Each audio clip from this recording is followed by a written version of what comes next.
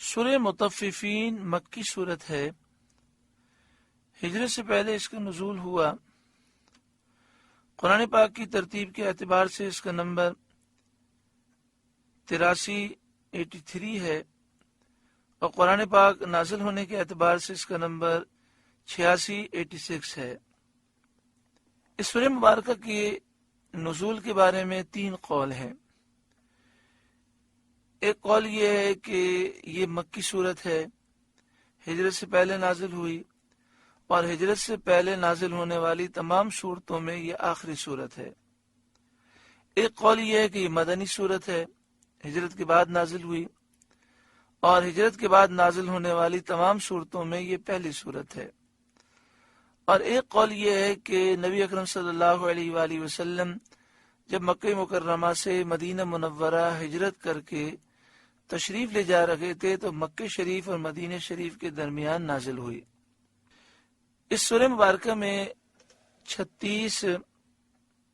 36 آیات ہیں، ایک رکوع ہے، 169 کلمات ہیں، 703 حروف ہیں۔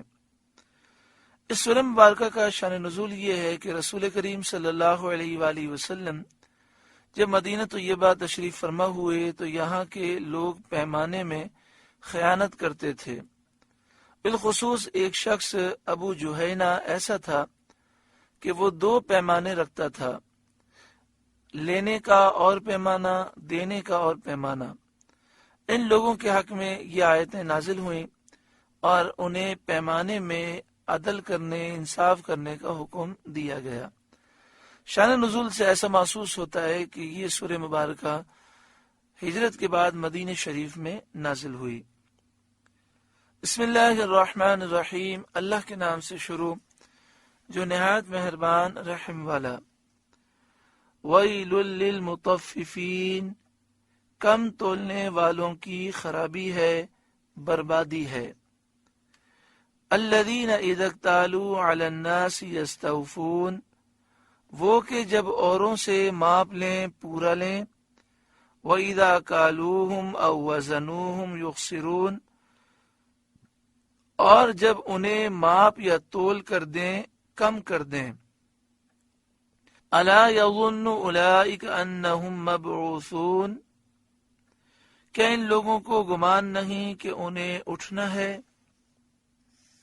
لِيَوْمٍ عَظِيمٍ، ایک عظمت والے دن کے لیے، یعنی کیا انہیں یہ خیال نہیں کہ قیامت کے دن اٹھنا ہے؟ اس دن ذرے ذرے کا حساب لیا جائے گا۔ یوم یقوم الناس لرب العالمین، جس دن سب لوگ رب العالمین کے حضور کھڑے ہوں گے، یعنی کل بروز قیامت لوگ اپنی قبروں سے اٹھ کر زندہ ہو کر رب العالمین کے حضور حساب کتاب کے لیے کھڑے ہوں گے۔ کلا ان کتاب الفجار لفی سجین، بے شک کافروں کی لکھت سب سے نیچی جگہ سجین میں ہے۔ کافروں کی، فجار کی لکھت سے مراد ان کے نامہ اعمال ہیں۔ سجین 7 زمین کے اسفل میں نیچے ایک مقام ہے جو ابلیس اور اس کے لشکروں کا مقام ہے۔ وما ادراک ما سجین، اور تو کیا جانے سجین کیسی ہے، یعنی وہ سجین بہت ہی زیادہ ہولناک اور ہیبت کا مقام ہے، ہولناکی کا مقام ہے۔ کتاب مرقوم، وہ لکھت ایک مہر کیا نوشتہ ہے، یعنی وہ ایک ایسا نامہ اعمال ہے جس پر مہر لگی ہے، جو نہ مٹ سکتا ہے نہ بدل سکتا ہے۔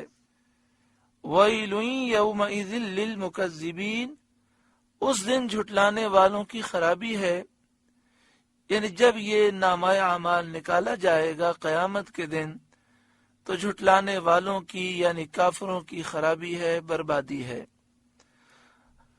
الذین یکذبون بیوم الدین، جو انصاف کے دن کو جھٹلاتے ہیں اور قیامت کے دن کے وہ منکر ہیں۔ وما یکذب بہ الا کل معتد اثیم، اور اسے نہ جھٹلائے گا مگر ہر سرکش گناہگار۔ قیامت کو وہی جھٹلاتا ہے جو سرکش ہے، گناہگار ہے، حد سے بڑھنے والا ہے۔ اذا تتلی علیہ آیاتنا، جب اس پر ہماری آیتیں پڑھی جائیں، قال اساطیر الاولین، کہے اگلوں کی کہانیاں ہیں۔ یعنی جب ایسے لوگوں پر کہ جو قیامت کو جھٹلاتے ہیں، سرکش ہیں، گناہگار ہیں، ان کے سامنے قرآن کی آیتیں پڑھی جاتی ہیں تو وہ ان قرآن کی آیتوں کے متعلق کہتے ہیں کہ یہ پہلے لوگوں کی کہانیاں ہیں، یعنی یہ غلط ہے، جھوٹ ہے۔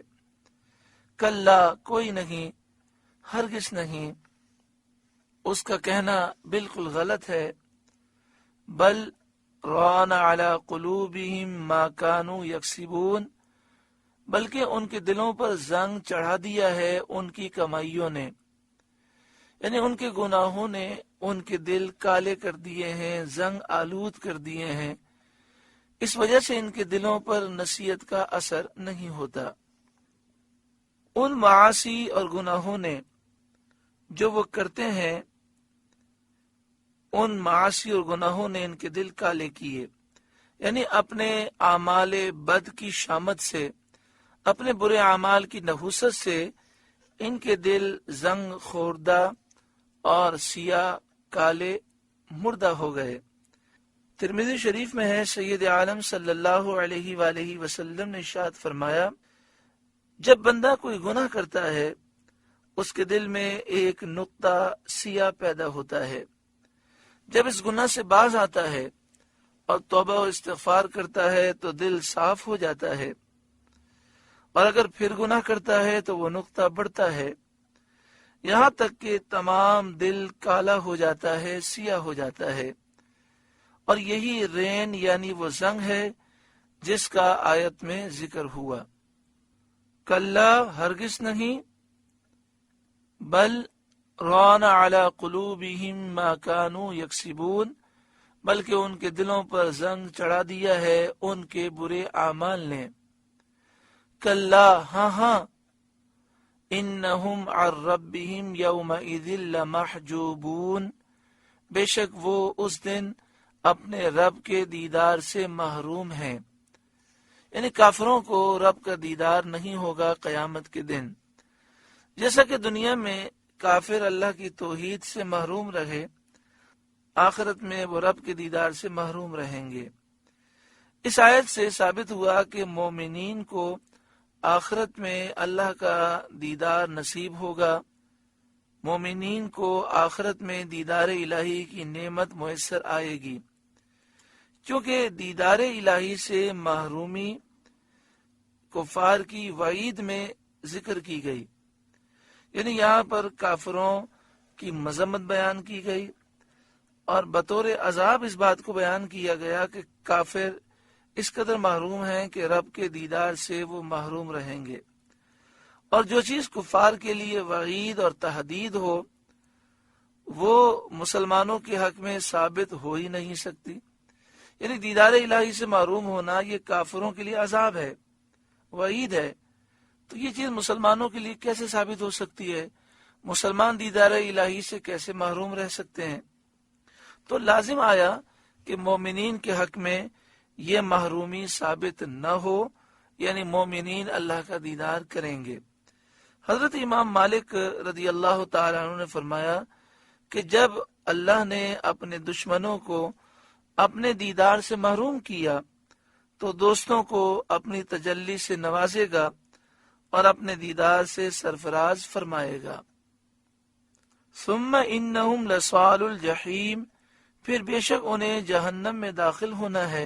ثم یقال، پھر کہا جائے گا، ھذا الذی کنتم بہ تکذبون، یہ ہے وہ جسے تم جھٹلاتے تھے، یعنی یہ وہ عذاب ہے جسے تم دنیا میں جھٹلاتے تھے۔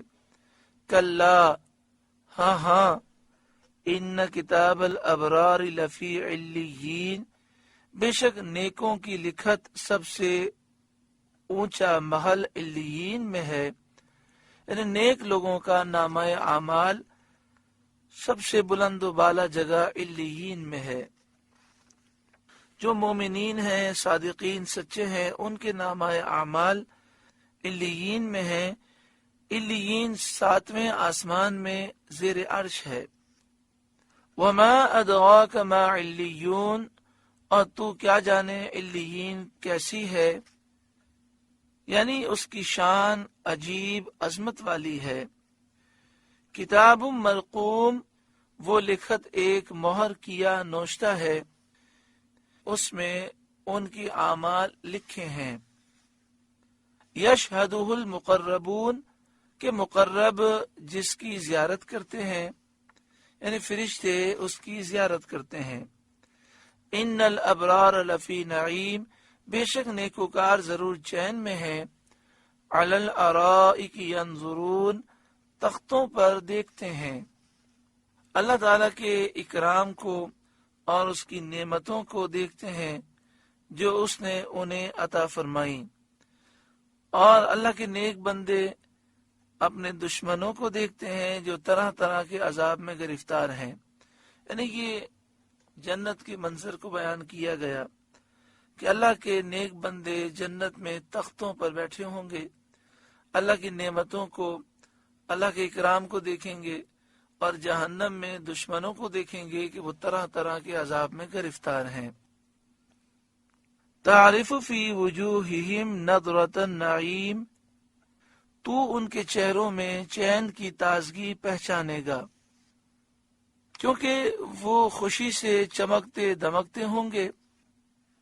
انہیں اتنی خوشی ہوگی جس کی وجہ سے چہرے چمک دمک رہے ہوں گے، اور دل میں اتنا سرور ہوگا کہ اس کے آثار ان کے چہروں پر نمایاں ہوں گے۔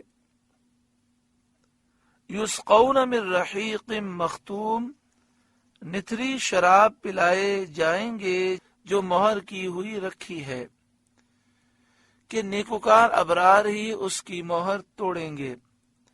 ختامہ مسک، اس کی مہر مشک پر ہے۔ وفی ذالک فلیتنافس المتنافسون، اور اسی پر چاہیے کہ للچائیں للچانے والے۔ یعنی یہ وہ نعمتیں ہیں جس پر انسان کو تمنا کرنی چاہیے، آرزو کرنی چاہیے، اور یہ نعمتیں حاصل کرنے کے لیے کوششیں کرنی چاہیے۔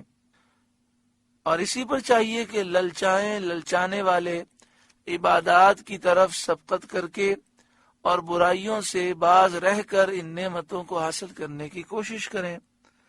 وَمِزَاجُهُ مِن تسنیم، اور اس کی ملونی تسنیم سے ہے، جو جنت کی شرابوں میں سب سے اعلیٰ ہے۔ عَيْنًا يَشْرَبُ بِهَا الْمُقَرَّبُونَ، وہ چشمہ جس سے مقربان بارگاہ پیتے ہیں، یعنی جو اللہ تعالیٰ کے مقرب بندے ہیں خالص شراب تسنیم جنت میں پئیں گے۔ باقی جنتیوں کی شرابوں میں شراب تسنیم ملائی جائے گی۔ ان الذین اجرموا کانوا من الذین آمنوا یضحکون، بے شک مجرم لوگ ایمان والوں سے ہنسا کرتے تھے، یعنی کافر، مثلا ابو جہل، ولید بن مغیرہ، عاص بن وائل وغیرہ جو کافروں کے سردار تھے، یہ مسلمانوں کا مذاق اڑایا کرتے تھے۔ مثلا حضرت عمار بن یاسر، حضرت خباب، حضرت صہیب، حضرت بلال رضی اللہ تعالی عنہم اجمعین، جو مومنین میں فقراء تھے، ان کا یہ کفار مذاق اڑایا کرتے تھے۔ وَإِذَا مَرُّوا بِهِمْ يَتَغَامَزُونَ، اور جب وہ ان پر گزرتے تو یہ آپس میں ان پر آنکھوں سے اشارے کرتے، بطریق طعن و عیب کے مسلمانوں پر وہ آنکھوں سے اشارے کرتے۔ منقول ہے کہ حضرت علی رضی اللہ تعالیٰ عنہ مسلمانوں کی ایک جماعت میں تشریف لے جا رہے تھے، منافقین نے انہیں دیکھ کر آنکھوں سے اشارے کیے اور مسخری سے ہنسے، مذاق اڑایا، اور آپس میں ان حضرات کے حق میں بیہودہ کلمات کہے۔ تو اس سے پہلے کہ حضرت علی مرتضی رضی اللہ تعالیٰ عنہ سید عالم محمد مصطفیٰ صلی اللہ علیہ وآلہ وسلم کی خدمت میں پہنچے، یہ آیتیں نازل ہوئیں۔ ان الذین اجرموا كانوا من الذین آمنوا یضحکون، بے شک مجرم لوگ ایمان والوں کا مذاق اڑاتے ہیں۔ وَإِذَا مَرُّوا بِهِمْ يَتَغَامَزُونَ، ان پر گزرتے ہیں تو یہ آپس میں ان پر آنکھوں سے اشارے کرتے ہیں۔ وَإِذَا انقلبوا إِلَىٰ أَهْلِهِمُ انقلبوا فَكِهِينَ، اور جب اپنے گھر پلٹتے خوشیاں کرتے پلٹتے، یعنی ان کا حال یہ ہے کہ جب یہ کفار اپنے گھر پلٹتے ہیں تو خوشیاں کرتے ہوئے پلٹتے ہیں، یعنی مسلمانوں کو برا کہہ کر ان کا مذاق اڑا کر آپس میں ان کی ہنسی بناتے ہیں اور خوش ہوتے ہوئے اپنے گھر جاتے ہیں۔ وَإِذَا رَأَوْهُمْ قَالُوا إِنَّ هَٰؤُلَاءِ لَضَالُّونَ، اور جب مسلمانوں کو دیکھتے کہتے بے شک یہ لوگ بہکے ہوئے ہیں۔ یعنی یہ کافروں کا معمول ہے کہ جب بھی مسلمانوں کو دیکھتے ہیں تو کہتے ہیں کہ یہ لوگ بہکے ہوئے ہیں کہ سید عالم صلی اللہ علیہ وآلہ وسلم پر ایمان لائے اور دنیا کی لذتوں کو آخرت کی امیدوں پر چھوڑ دیا۔ اللہ تعالیٰ فرماتا ہے وَمَا أُرْسِلُوا عَلَيْهِمْ حَافِظِينَ، اور یہ کچھ ان پر نگہبان بنا کر نہ بھیجے گئے، یعنی یہ کافر مسلمانوں پر نگہبان بنا کر نہ بھیجے گئے کہ ان کے احوال پر اور اعمال پر گرفت کریں، بلکہ انہیں اپنی اصلاح کا حکم دیا گیا، وہ اپنا حال درست کریں، دوسروں کو بیوقوف بتانے اور ان کی ہنسی اڑانے سے کیا فائدہ اٹھا سکتے ہیں۔ قیامت کے منظر کو بیان کیا گیا اور جنت کے مناظر بیان کیے گئے، اور اس بات کا ذکر ہے کہ یہ کافر دنیا میں ایسی حرکتیں کرتے تھے، تو قیامت کے دن اب مسلمانوں کو موقع دیا جائے گا، اب مسلمان کافروں کا مذاق اڑائیں گے۔ فَالْيَوْمَ الَّذِينَ آمَنُوا مِنَ الْكُفَّارِ يَضْحَكُونَ، تو آج ایمان والے کافروں سے ہنستے ہیں، یعنی آج مومنین قیامت کے دن کافروں سے ہنسیں گے۔ جیسا کافر دنیا میں مسلمانوں کی غربت مشقت پر ہنستے تھے، یہاں معاملہ الٹا ہے، برعکس ہے۔ مومن دائمی عیش و راحت میں ہیں، ہمیشہ وہ عیش میں رہیں گے، اور قیامت کے میدان میں کافر ذلت و خواری کے دائمی عذاب میں مبتلا ہے۔ جہنم کا دروازہ کھولا جائے گا، کافر سے نکلنے کے لیے دروازے کی طرف دوڑیں گے، جب دروازے کے قریب پہنچیں گے دروازہ بند ہو جائے گا۔ بار بار ایسا ہی ہوگا۔ کافروں کی حالت دیکھ کر مسلمان ان سے ہنسی کریں گے، اور مسلمانوں کا حال یہ ہے کہ وہ جنت میں جواہرات سے مرصع تختوں پر بیٹھے ہوں گے، علی الارائک ینظرون، تختوں پر بیٹھے دیکھتے ہوں گے، کفار کی ذلت اور رسوائی دیکھیں گے، عذاب کی شدت دیکھیں گے اور اس پر ہنسیں گے۔ هل ثوب الکفار ما كانوا يفعلون، کیوں کچھ بدلہ ملا کافروں کو اپنے کیے کا، یعنی ان اعمال کا جو انہوں نے دنیا میں کیے تھے، کافروں کو ضرور بدلہ ملے گا۔ سورہ مطففین کا درس مکمل ہوا۔ اللہ تعالیٰ اس سورہ مبارکہ کے نور سے ہمارے قلوب کو روشن و منور فرمائے۔ اس سورہ مبارکہ میں دل کے زنگ کا ذکر ہے، اور حدیث پاک سے ہم نے سماعت کیا کہ جب بندہ سچی پکی توبہ کرتا ہے کالا نقطہ دور ہو جاتا ہے، لیکن گناہ کرتا رہتا ہے دل کالا ہو جاتا ہے۔ آج اگر قرآن مجید فقان حمید پڑھنے میں، نماز پڑھنے میں، دین کی باتیں سیکھنے سکھانے میں، نصیحتیں سننے میں روحانی لذت محسوس نہیں ہوتی اور نیکی کرنے میں گھبراہٹ ہوتی ہے، تو یہ دل کا کالا پن ہے۔ ہمیں چاہیے کہ ہم سچی پکی توبہ کر کے اللہ کے خوف سے آنسو بہائیں، انشاءاللہ دل صاف ہوگا تو پھر عبادت میں بھی لذتیں محسوس ہوں گی۔